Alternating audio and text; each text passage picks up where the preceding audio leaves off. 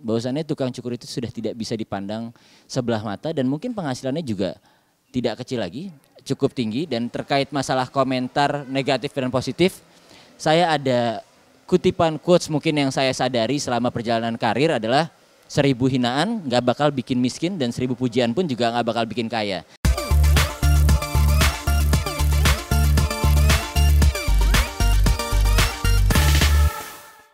Oke, perkenalkan nama saya Iman Taufik J. Diningrat atau di Instagram biasa dikenal dengan Iman Tenggo Delta Jakarta, umur saya 30 tahun dan saya adalah owner Hairnet Studio dan juga Hairnet Profesional.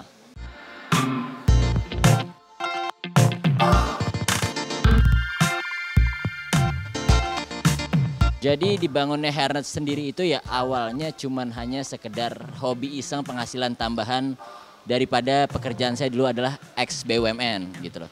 Dan pada akhirnya saya resign dari BUMN. Fakta menariknya adalah di mana ternyata penghasilan bisnis yang dijalankan secara serius itu lebih besar daripada gaji bulanan. Kalau ditanya kerja di BUMN sama punya bisnis pribadi, kalau ditanya enakan mana? Sejujurnya enakan kita kerja sama orang kayak di BUMN karena kita tidak akan bertanggung jawab dan terlalu pusing lah memikirkan segala macamnya. Nah cuman ketika kita menjadi seorang owner atau seorang leader pemimpin, kalau kita nggak pusing namanya nggak bisnis. Jadi kalau ditanya enakan mana, keseharian enakan di BUMN, tapi kalau untuk jangka panjang bisnis itu jauh lebih enak karena kita bisa mengontrol segalanya sesuai kemauan kita. Kalau seandainya kita berbicara bisnis di kalangan milenial, sekarang semuanya selalu terkait dengan sosial media ya. Jadi komentar orang pun awalnya menjadi tukang cukur itu ya pasti nggak enak. Ngapain jadi tukang cukur? Saya pribadi punya anak juga.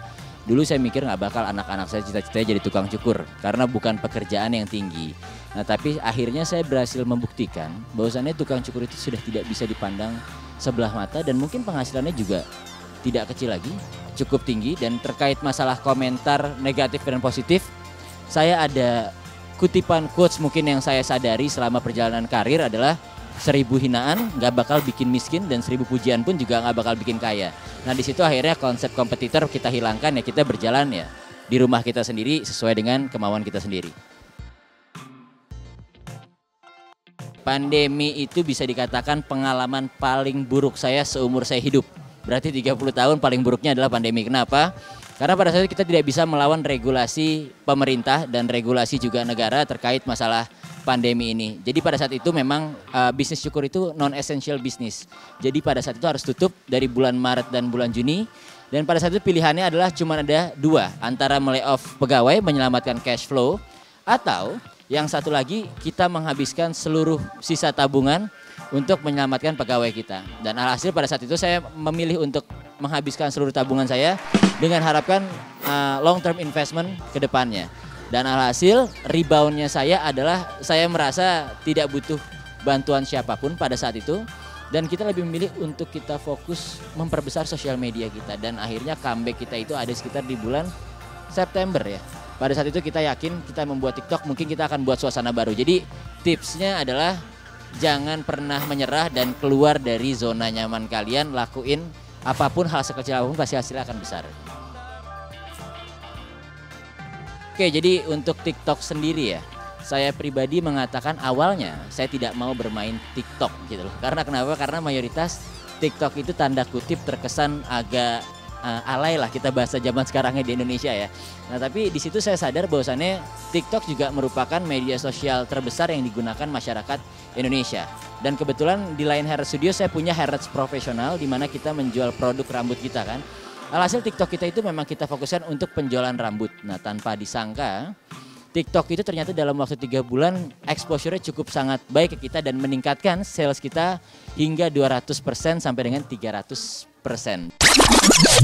Nah tanpa disangka TikTok itu ternyata dalam waktu 3 bulan exposure-nya cukup sangat baik ke kita dan meningkatkan sales kita hingga 200% sampai dengan 300%. Jadi prinsipnya adalah mencoba suatu hal yang baru itu terkadang idealisme kita juga harus kita lawan sih. Tadi awalnya saya bilang enggak, in the end of story, saya akhirnya juga menyadari bahwasannya hal tersebut dibutuhkan. Terkait solidaritas daripada staff ya. Jadi kalau di Harrods ini sistemnya kita balik daripada sistem perkantoran.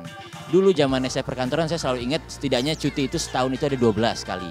Habis itu kayak manusia itu kebanyakan bagi saya selalu semakin dilarang dia akan semakin membangkang. Nah sedangkan di Harrods ini saya menggunakan reversal psychology. Jadi kita benar-benar bebasin mereka.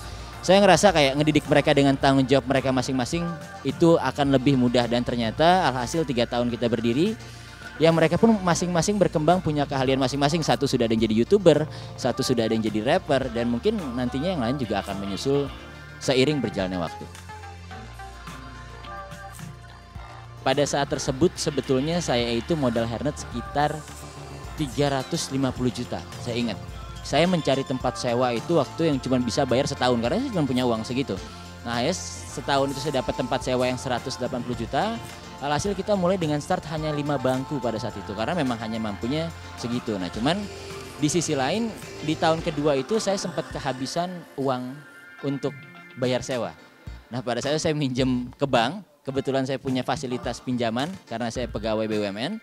Dan habis itu kemudian pada saat itu ya udah saya cuman gambling antara hidup dan mati. Sebetulnya nggak baik cara tersebut, cuman ya karena saya yakin semuanya itu butuh proses.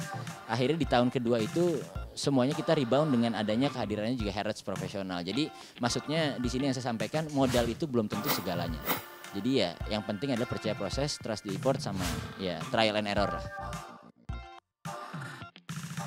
Kalau seandainya ditanya keuntungan pertama kali Harrods dibangun gitu ya, kita berbicara ini single year, first year-nya lah ya. First year-nya itu mungkin hanya sekitar setiap bulannya mungkin cuma hanya 10 juta, 15 juta, jadi nggak begitu besar gitu. Bahkan ada kalanya pada saat itu sendiri saya nyesel buat bisnis cukur dengan modal sekian tadi yang saya ucapkan, tapi hanya dapat keuntungan segitu gitu. Nah cuman alhasil saya mempelajari perlahan dan mungkin alhamdulillahnya sekarang kita bisa mengatakan tempat cukur ini di atas 60 kali ya setiap bulannya. Untuk omset sendiri itu dipengaruhi oleh banyaknya customer yang datang. Karena ingat tempat cukur itu adalah bidang jasa untuk Harrods studionya. Berbeda dengan Harrods profesional yang penjualan secara produk gitu ya. Nah sedangkan bidang jasa itu yang sangat mempengaruhi adalah banyaknya kuantitas customer. Jadi kalau ditanya omset paling besar tentu ketika posisi bangku cukur kita udah kayak sekarang. Udah 11 bangku tapi belum maksimum capacity, itu mungkin di angka sekitar omset 350 setiap bulannya ada. Oke, jadi banyak banget selalu orang itu berbicara proses bisnis. Cuman saya pribadi itu selalu menjawab pertanyaan orang gampang. Prinsip saya itu pengen jadi kaya. Kenapa pengen jadi kaya? Karena ketika kita kaya itu baik dalam bentuk materi atau baik dalam bentuk jasmani dan rohani, ya kita dapat membantu orang lain termasuk membuka lapangan pekerjaan baru dan lain-lain. Jadi bagi saya prinsip itu tidak pernah ada kata cukup. Dan itu mungkin yang bisa menggambarkan bagaimana cara saya melihat kaya itu bukan hanya dari sekedar duit, tapi bagaimana cara kita memberikan pertolongan orang lain atau mungkin di suatu hari ada yang lebih membutuhkan, jadi kita bisa bantulah intinya. Bagi saya ya, mindset sukses itu definisinya banyak gitu loh. Cuman kalau saya pribadi saya selalu menetapkan mindset Harrods itu tidak pernah sukses gitu. Karena saya menganalogikan katakanlah orang ditinggal di hutan tanpa uang, tanpa makan. Pertanyaannya bisa hidup atau enggak? Pasti bisa. Itu karena ada yang namanya rules of survival. Nah jadi untuk kedepannya cara pengembangannya ya saya selalu menaruh kesan konsep bisnis Harrods itu hanya sekedar 1% aja. Jadi dengan demikian saya akan terus berinovasi dan kemudian saya akan terus merasa Harrods tidak pernah terkenal dan tanpa disadari ternyata impact secara bisnisnya itu besar. Jadi sekalipun kalian udah besar selalu anggap bisnis kalian itu hanya terkenal 1% lah, intinya kayak gitu. Bagi saya itu di era pandemi seperti sekarang bisnis itu tidak ada yang menjamin keuntungannya akan 60-40 atau 70-30. Semua bisnis dari sebelum pandemi akan 50-50 dan disitulah kembali ke kita dan prinsipnya adalah kalian harus yakin kalau gagal jangan ditinggalin. Dicoba lagi dan bukan bisnis syukur aja yang menguntungkan. Malah bisnis syukur itu termasuk yang paling merugikan di era sekarang. Cuman ini bukti nyata best practice-nya bahwasannya usaha yang diiringi dengan proses ya hasilnya akan seperti sekarang dan semoga di kitanya sendiri untuk bisnis hairstylist ya harus bisa menjadi regulator dan menjadi contoh baik untuk tempat-tempat lain untuk terus berusaha di tengah pandemi seperti ini. Hal pertama yang ketika saya bangun di pagi hari adalah sebatang rokok dan secangkir kopi. Habis itu kemudian menyapa anak dan juga menyapa istri itu pasti. Jadi personal branding yang baik itu adalah kalian menjadi diri sendiri apa adanya. Tapi bukan berarti kalau seandainya idealisme kalian tinggi, kalian munculkan idealisme kalian tinggi. Enggak, tapi sesuaikan dengan market yang ada. Contoh di diri saya, personal branding saya tidak mau menjadi terkenal sebagai tukang cukur, tapi ingin lebih dikenal bagaimana cara membangun bisnis. Halo, perkenalkan nama saya Iman. Jangan lupa kalian saksikan Cari Cuan hari Minggu jam 10 malam hanya di O Channel.